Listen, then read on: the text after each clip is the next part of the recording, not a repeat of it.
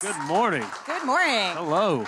We are so excited to have you here at Build. Yeah, thanks for having me. Yeah, Appreciate it. Congratulations on the new record. Thanks. Oh my gosh, Yeah. it's been a minute. It's been a few years. It's been a few years. Yeah. How does it feel now that it's actually out there in the world? Oh, it feels good. It was scary at first, but then it's been quite a few years. Went through some stuff, and then got all that done with, and then before we released the first song, before we released the album, it was like, man, are people going to care anymore?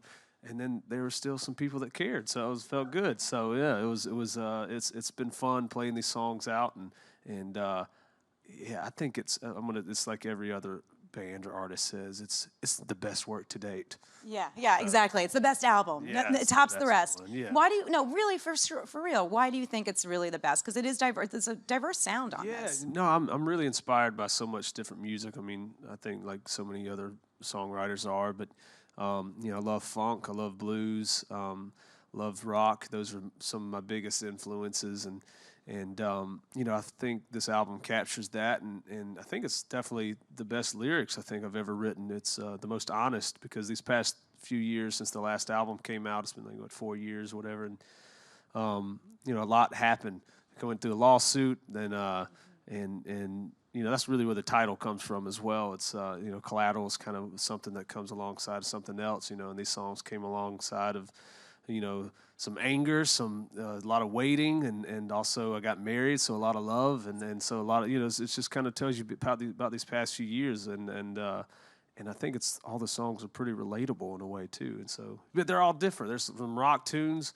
You got to have those riffs. I'm trying to bring some riffs back. You don't really hear riffs anymore, so yeah, bring them back. Yeah, like the Pearl Jam type stuff. Yes. The early '90s stuff. I love '90s rock, so I could talk all day about that. So and '70s. So yeah, I don't know. It's the best album ever. So check it out. And get it. It's out now.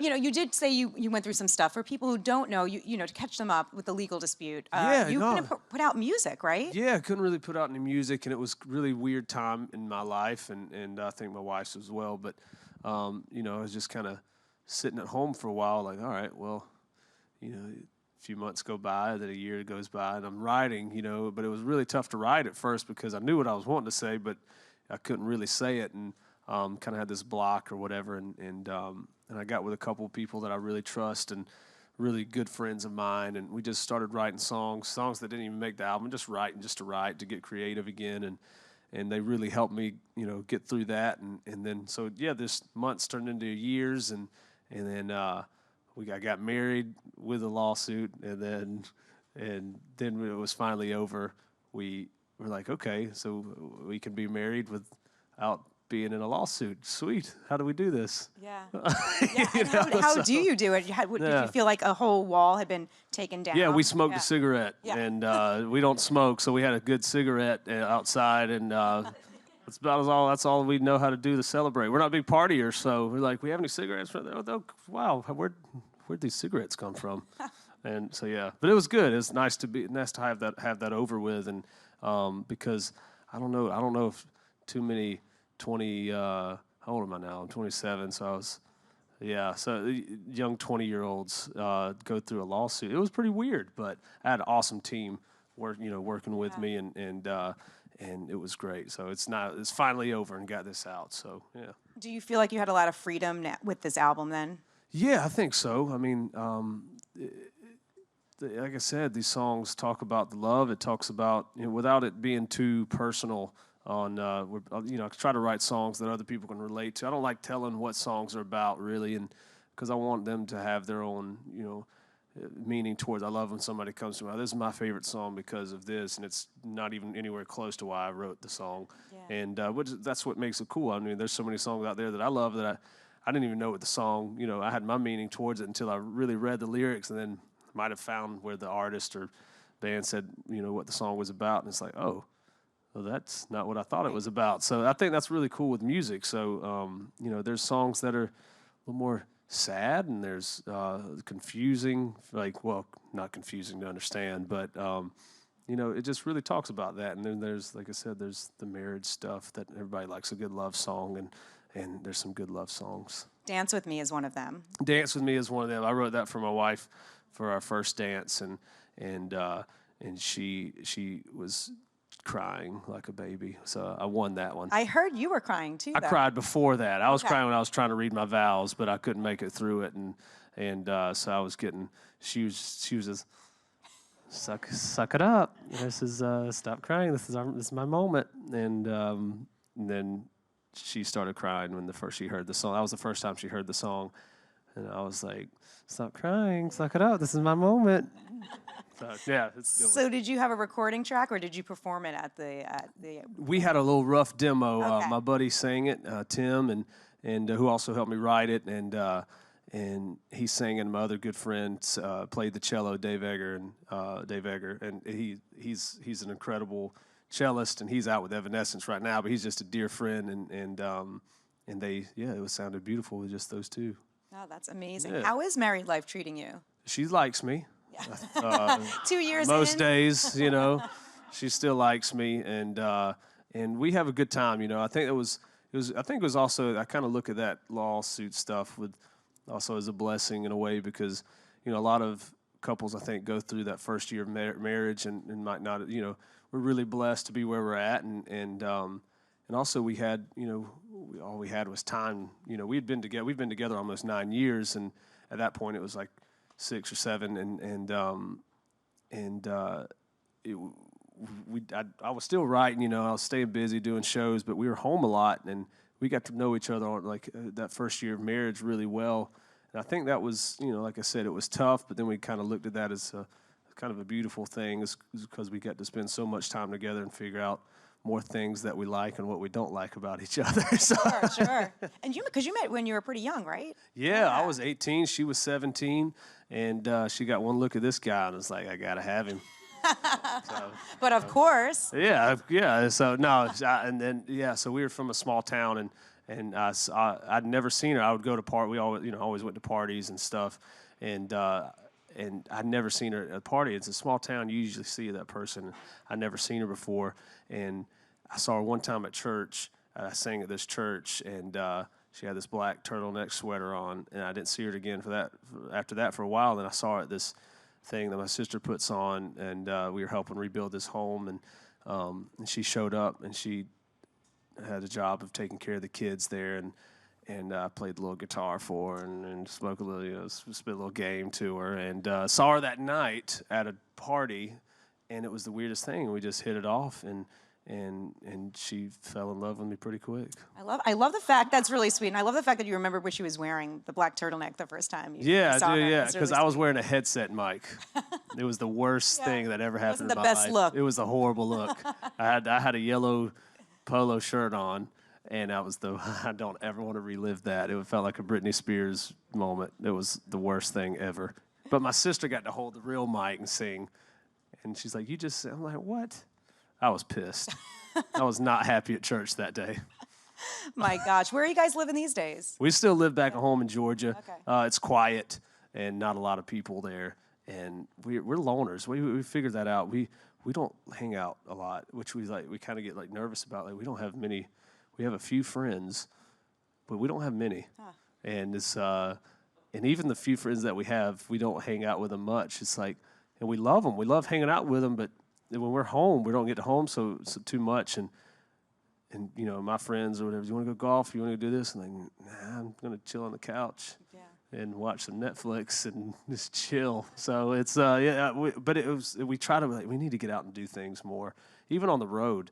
I'd do the show, take a shower, relax, get on the Netflix or something, and then go to bed. I'm pretty boring, but we like being boring. That's what's fun. Yeah, it's fun to be boring. You don't have to go out and get crazy all the time. It hurts. I'm getting older now. I don't like to.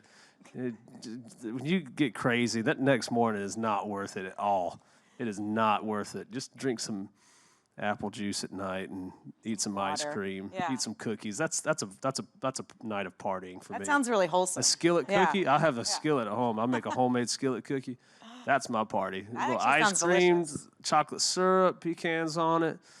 Oh man, I'll slap somebody. It's so good. So good. So what have you been watching on Netflix? We're rewatching Parenthood. It's just such a great show. Started rewatching 6 Feet Under, one of my favorite shows ever. I'm watching The Office from beginning to end now. I've always just seen random episodes, but now I'm watching from beginning to end. It's just the funniest thing ever. I just finished a podcast, Up and Vanished. Have you ever heard of that one? Yeah. It's so good. I highly suggest it. It's about a story from this. It's the biggest missing persons case in the history of Georgia, and this guy named Payne Lindsay just said, "I want to do a podcast," and found this, and then he started finding information. I'm not kidding, guys. It's free. It'll freak you. Listen to it at night. It'll freak you out. It's so good. It's good. There's freak so you many out, good but it's podcasts good. out there, Yeah, it's right? awesome. So- So yeah, I don't want to tell you too much, but it's so good. Kind of like with your songs, you don't want to give them away. Yeah, Giving too much away. Yeah. So yeah, but I try to listen to them when I'm on the road. We're on the road too right now, so yeah. Yeah. So okay, I want to talk about the road, but I also want to talk about the song "Miles" that Yeah. played right before you came Yeah. on. How did that song come about? And what is it? I don't want to say what it means per se, but maybe what it means. How it came about. Yeah, I mean, I think for me it kind of means these past few years of kind of being in this weird place, but also having for my wife and having somebody there to help you through it, and or having each other and because you kind of just feel lost. I felt kind of just felt lost, like you don't know where to belong, and so that's really what that song means for me. It's just having somebody there, like you're not by yourself in all of it, and no matter who you are, what you're going through, there's always somebody there to help you through it, and you just gotta take that hand that's given out to you, and so yeah, that's for me. That's what it's about. So yeah. For them, that might be. For me, yeah, it might be about. Yeah. I don't know.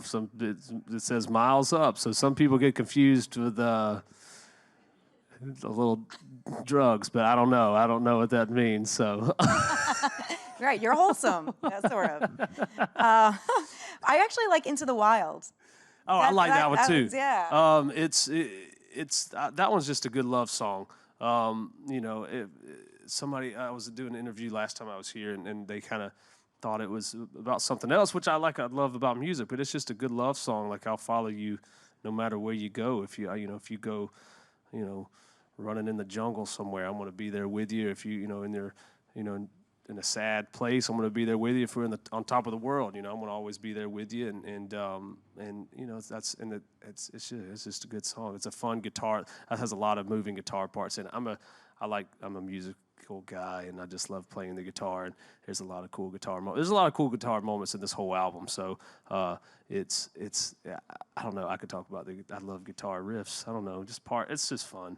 Bringing the riff back. Yeah, trying. Yeah, I was talking with Coy Bowles, who's in Zach Brown Band, and he's like, "You got to bring them back, man. You got to bring them back," because we love '90s rock, and they got to work with Chris Cornell, and we talked about that, and he just said I was so jealous, and he just said it was an awesome experience getting to work with them. So we just talked. That's 90s rock all the way. I'm thinking about your American Idol audition. You did Superstition, right? And no 90s rock. And yeah. You did one other track, right? Yeah, Thriller. Michael okay. Jackson, yeah. So that one, my mom told me when I was younger, I was asking her some covers to learn, and she said, "You should do a Michael Jackson song." And I said, "Yeah, I don't know, that's hard to do."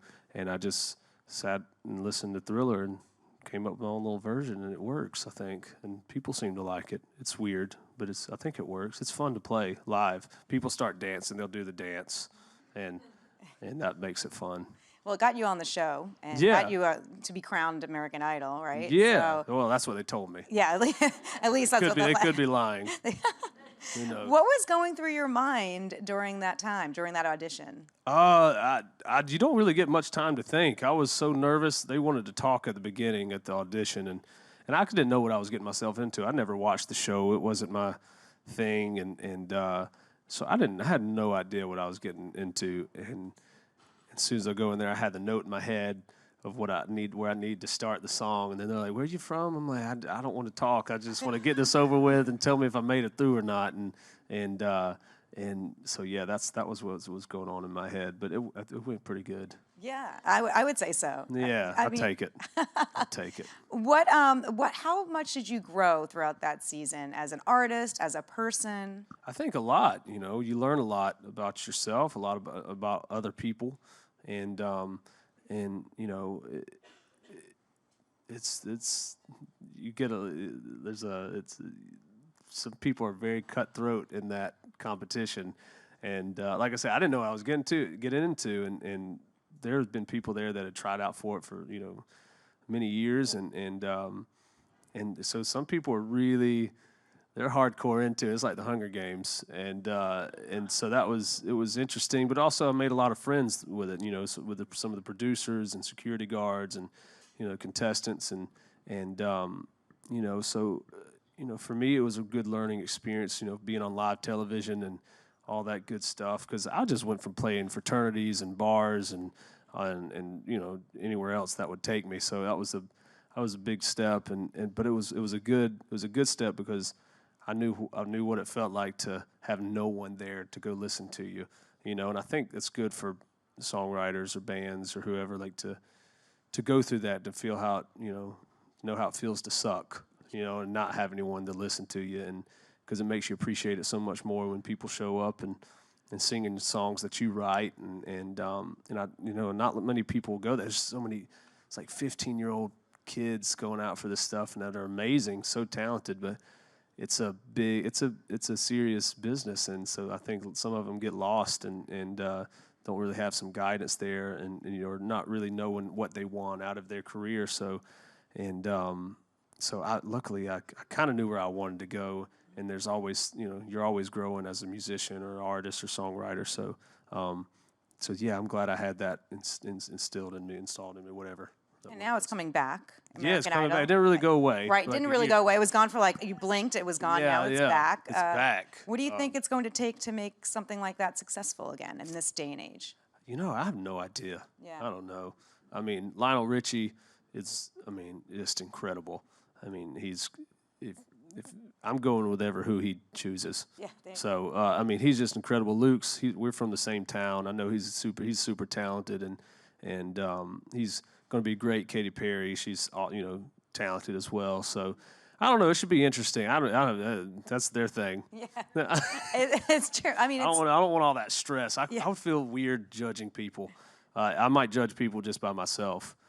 Not say it in front of the public. Yeah. Like, oh gosh, I don't know about that. But if somebody said, "Will you do this on live television?" I would feel too bad. Like, man, yeah, it was great. And it was not great. I don't know. I feel weird. I don't feel like I can judge people like that. I don't know. I would be too nervous. My gosh. Well, one thing that you did recently was that you guest starred on Hawaii Five-0. Yeah, that was interesting. Kind of a bad guy. Something like that. Yeah, I was just going down there to play a private little thing for them. It was like their 175th or 200th episode or something. I don't know. And like a week before that, they said, "Well, would you want to act?" I was like, "No, I don't know." Excuse me. I said, "As long as it's a small part, I'm cool with it. Something I don't have to talk much." And I said, "Okay."